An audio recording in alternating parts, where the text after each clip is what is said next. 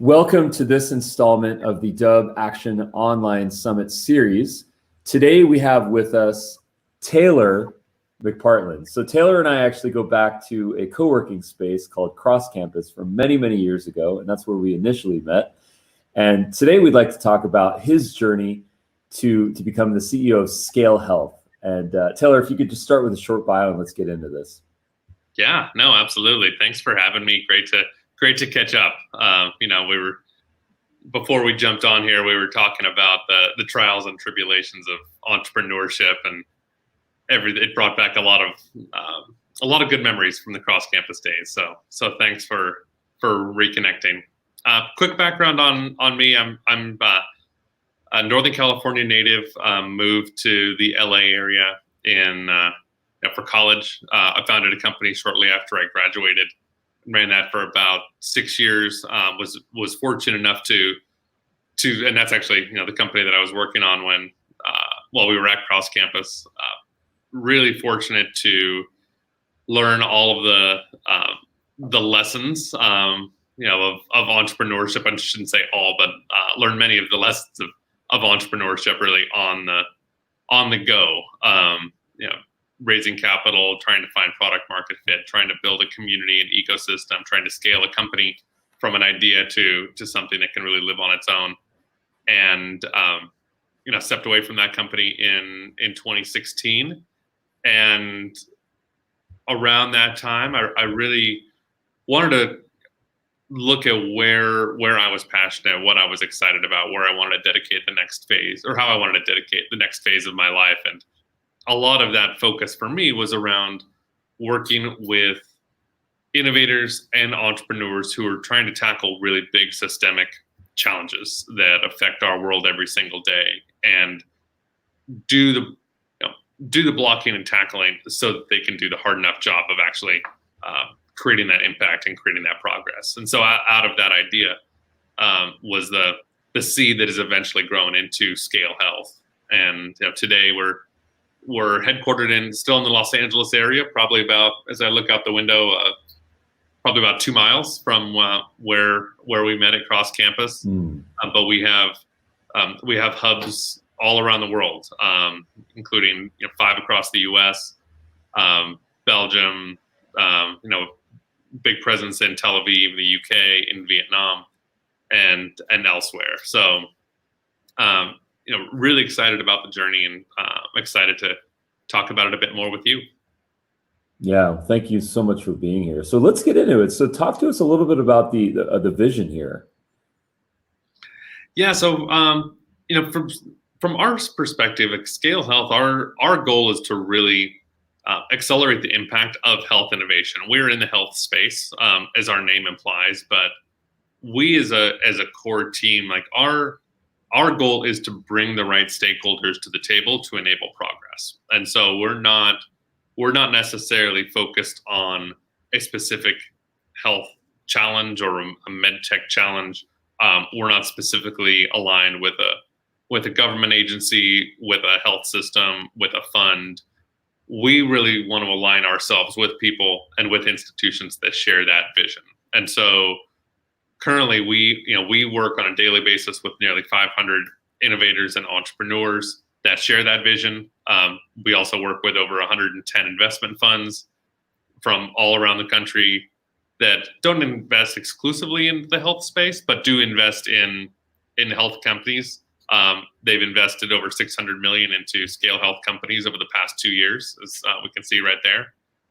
And then lastly, so that's how we work to accelerate our company's growth, or our startups' growth. And then from an implementation side, we work to understand where are their real needs, where are their health insurers, where are their hospitals, where are their government entities or communities that really have a need that our ecosystem can support. And then our goal is to create those hand in glove matches so that we can get the right solution into the hands of those that need it most at the right time.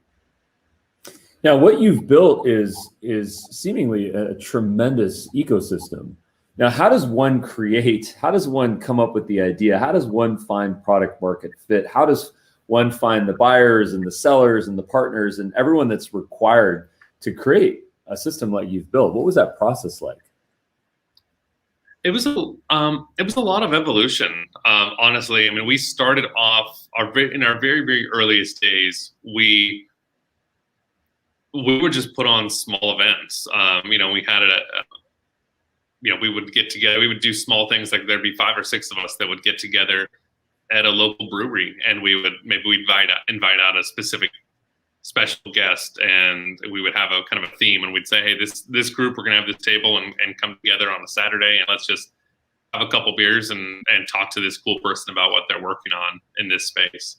And then that evolved into doing some larger scale events. We did a few events where we would invite a politician, or we would invite an investor, or we'd invite a successful entrepreneur to come and speak at one of our events, and assuming that they shared our vision, we would be able to kind of continue to grow our community that way. And then we would have we'd have the obligatory like snacks and wine and different things like that afterwards. And at our core, like our belief is that good people beget other good people. And so if we can bring out speakers that, we start with a team that, shares a vision, that, that shares a passion for our cause, that really likes working with each other, working towards a common goal. We surround ourselves with speakers and guests that we also like working with. And then we just kind of go out to that community and say, okay, who else do we want to get involved here? Who else do we like hanging out with, that we like talking about these things with?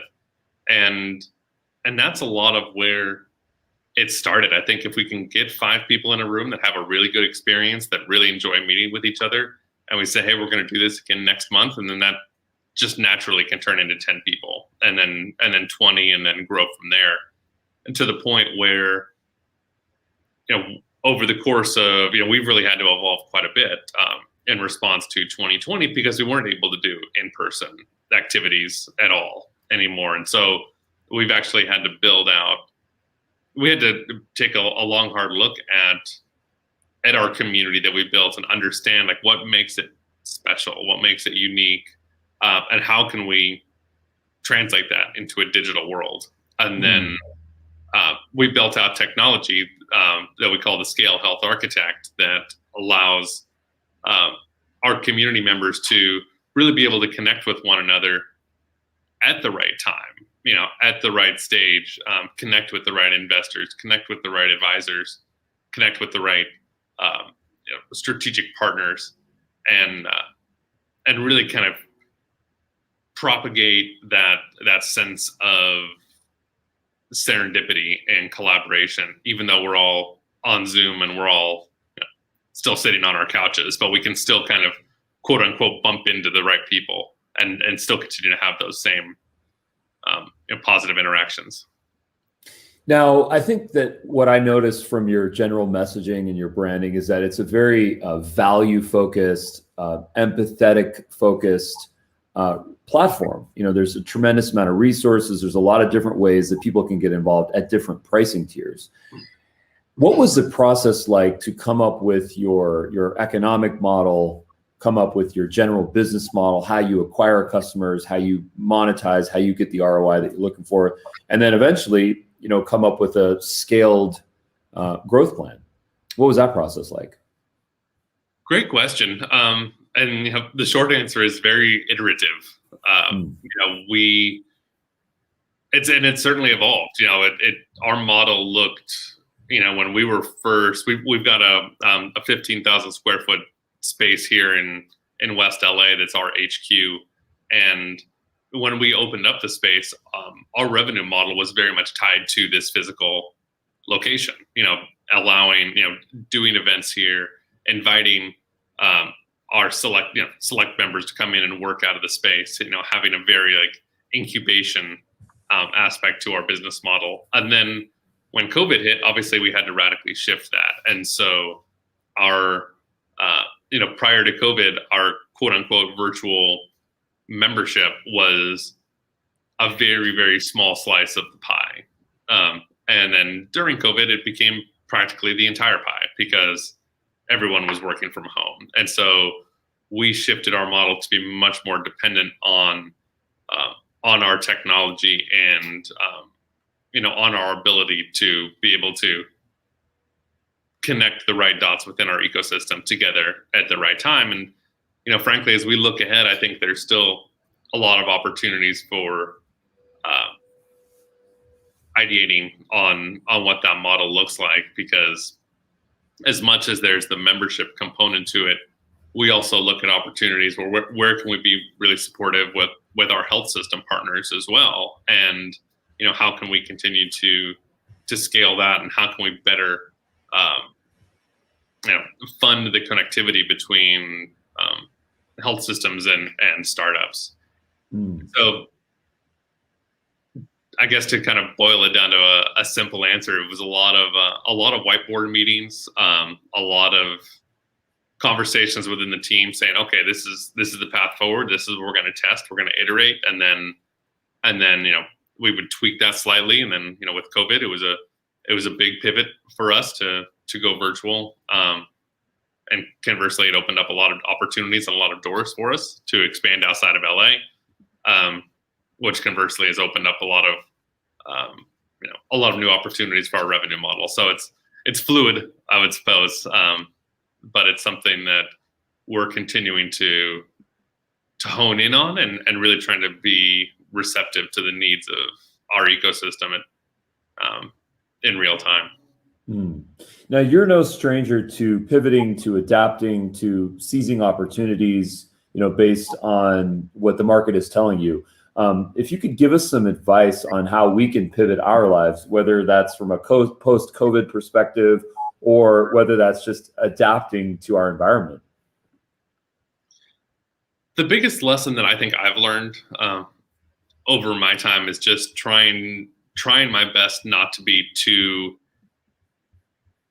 in love with any given idea, and try to just look at what direction the winds are blowing, look at the data as much as that's able to be captured, and just kind of lean into that and challenge myself and challenge, within our team, create a culture where we're able to challenge each other and say, like, let's dig deeper on this piece because this piece isn't working, or something's not working here. Like, I don't feel right about it. How can we tweak this? How can we change this? And so, in my past, I've had a tendency to be very emotionally attached to specific ideas and not wanting to kind of cut and run if the writing's on the wall and they need to be changed. And so, or we need to pivot away from that.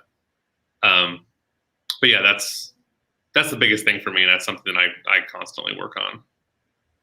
And where can folks connect with you? I know you're active on LinkedIn. Right there on LinkedIn is a good spot. Also, I'm obsessively on my emails, for better or worse, which is just Taylor@ScaleHealth.com. So people are welcome to ping me there. I'm also on Twitter, but I'm a very boring follow. So probably not worth anyone's time, but Taylor on Twitter as well. I would say LinkedIn and email. Fair enough. Well, Taylor, I wanted to thank you for your time, and I look forward to coming and visiting the facility soon. Would love that. Thanks for having me. Thanks so much. Bye-bye now.